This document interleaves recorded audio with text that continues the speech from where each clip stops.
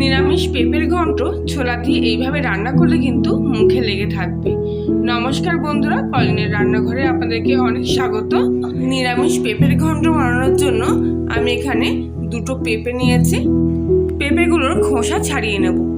একটু মোটা করে খোসা ছাড়াবেন যাতে সবুজ অংশটা আর না থাকে, তাহলে কিন্তু তেতো লাগতে পারে।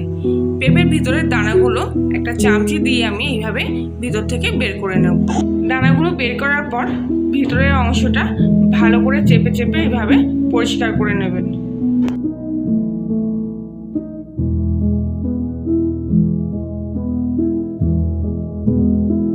ভিতরটা দেখুন ভালো করে পরিষ্কার হয়ে গেলে আমি লম্বালম্বিভাবে ফালি করে পেঁপেটা চৌকো করে টুকরো করে কেটে নেব। আপনারা কিন্তু আপনাদের পছন্দ অনুযায়ী সাইজ করে কেটে নিতে পারেন। পেঁপে কাটার পর কিছুক্ষণ ধরে কিন্তু জলে ভিজিয়ে রাখবো, তাহলে পেঁপের যে আঠাটা আছে সেটা কিন্তু অনেকটা কমে যাবে। সব পেঁপেগুলো আমি এইভাবে কুচিয়ে নেব। বাকি পেঁপেটাও একইভাবে আমি দানা পরিষ্কার করে ছাড়িয়ে নেব। আমি কিছু আলু দিচ্ছি পেঁপের মধ্যে, আপনারা চাইলে কিন্তু আলু নাও দিতে পারেন, তবে আলু দিলে স্বাদটা বাড়ে, তাই গোটা কয়েক আলু আমি কেটে দিয়েছি। একটা বাটিতে কয়েকটা ছোলা নিয়ে আমি ছোলাটা ভিজিয়ে দেবো। প্রায় ঘন্টা দুয়েক মতো ছোলাটা আমি এইভাবে ভিজিয়ে রাখবো। কড়াইতে প্রায় 25 গ্রাম মতো তেল গরম করে নিয়ে এর মধ্যে একটা গোটা শুকনো লঙ্কা ফাটিয়ে দেবো, একটা গোটা তেজপাতা দিয়ে দেবো, আর কিছুটা সাদা জিরে ফোড়ন দিয়ে দেবো। আগে থাক থেকে কেটে রাখা পেঁপেগুলো 3-4 বার ধরে ধুয়ে কিছুক্ষণ ধরে জল ঝরিয়ে রেখেছি। ফোড়নটা ভাজা হয়ে গেলে পেঁপেগুলো একে একে আমি তেলের মধ্যে দিয়ে দেবো।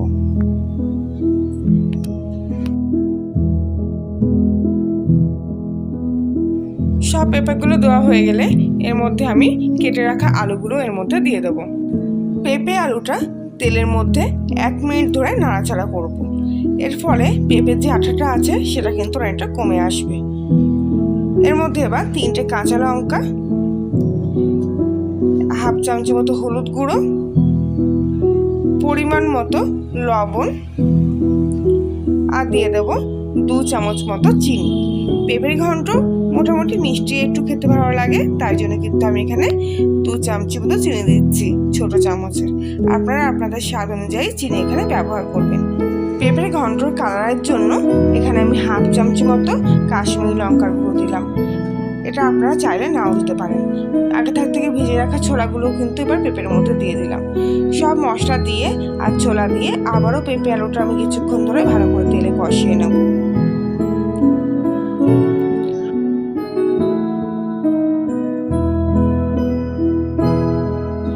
গ্যাসের ফ্লেম হাইতে রেখে প্রায় 1 থেকে 2 মিনিট মতো ভালো করে কষিয়ে নেব, যতক্ষণ না হলুদের কাঁচা গন্ধটা ছেড়ে যাচ্ছে। এরপর এর মধ্যে আমি 1 চামচ মতো জিরে গুঁড়ো দিয়ে দিচ্ছি। জিরে গুঁড়ো তখন দিলে কিন্তু বেশি কষা হয়ে যেত হলুদের সঙ্গে, তাই জন্য আমি এখন ব্যবহার করলাম জিরে গুঁড়োটা, যাতে বেশি না কষতে হয়। জিরে গুঁড়ো দিয়ে বেশিক্ষণ কষবো না, প্রায় 1 মিনিট মতো ভালো করে কষে এর মধ্যে আমি পরিমাণ মতো জল দিয়ে দেবো।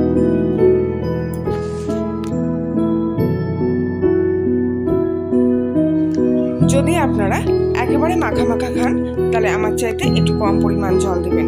আমি এখানে পেঁপেটা রসা রসা করছি, তার জন্য একটু বেশি পরিমাণ জল দিলাম। আর তাছাড়াও পেঁপে সেদ্ধ হতে কিন্তু একটু বেশি জল লাগে আর বেশি একটু দেরি হয়, তার জন্য একটু বেশি পরিমাণ জল দিলাম। ঝোলটা ফুটে উঠলে গ্যাসের ফ্লেমটা মিডিয়ামে দিয়ে পেঁপে আলুর ঝোলটা আমি কিছুক্ষণের জন্য ঢাকা দিয়ে রাখবো। মাঝে একবার ঢাকনাটা খুলে এপিট ওপিট নাড়াচাড়া করে দেবো।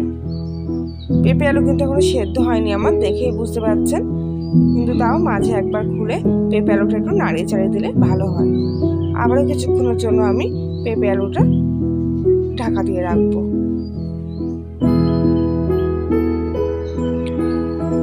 পুরো 5 মিনিট পর এবার আমি ঢাকনাটা খুললাম, আর দেখুন জলটা কিন্তু অনেকটা শুকিয়ে এসছে আর পেঁপে আলুগুলো কিন্তু অনেকটা নরম হয়ে এসছে। তলা দিয়ে উপর দিয়ে ভালো করে একটু নাড়িয়ে চাড়িয়ে নিচ্ছি। পেঁপেটাও দেখুন একদম নরম হয়ে এসছে, আর পেঁপে সিদ্ধ হয়ে গেছে মানে আলু কিন্তু ততক্ষণে সিদ্ধ হয়ে গেছে। ভালো করে কিন্তু এবার আমি ঝোলটার ঘনত্ব বাড়ানোর জন্য ঘেঁটে দেবো। তরকারিটা একটু ঘাটা ঘাটা করার জন্য কিন্তু এরকমভাবে একটু ঘেঁটে দিতে হবে, তাহলে কিন্তু ঝোলটা বেশি ঘনত্ব হয়ে যাবে আর দেখতেও কিন্তু ভালো লাগবে আর খেতেও সুন্দর লাগবে। ঝোলটা ফুটে উঠলে এর মধ্যে হাফ চামচ মতো গরম মশলা দিয়ে দিচ্ছি আর দিয়ে দিচ্ছি 1 চামচি মতো ঘি। এতে কিন্তু পেঁপের স্বাদটা আর গন্ধটা কিন্তু আরো বেড়ে গেল। পেঁপে আলুর নিরামিষ ঘন্টের কিন্তু গন্ধ সারা বাড়িময় হয়ে গেছে। গ্যাসটা নিভিয়ে দিয়ে কিছুক্ষণ রেস্টে রেখে দেবো। নিরামিষ পেঁপের ঘন্ট ছোলা দিয়ে আমার কিন্তু একেবারে রেডি। রুটি পরোটা হোক কিংবা বাঙালির গরম ভাতে এই রেসিপিটা কিন্তু একেবারে জমে যাবে।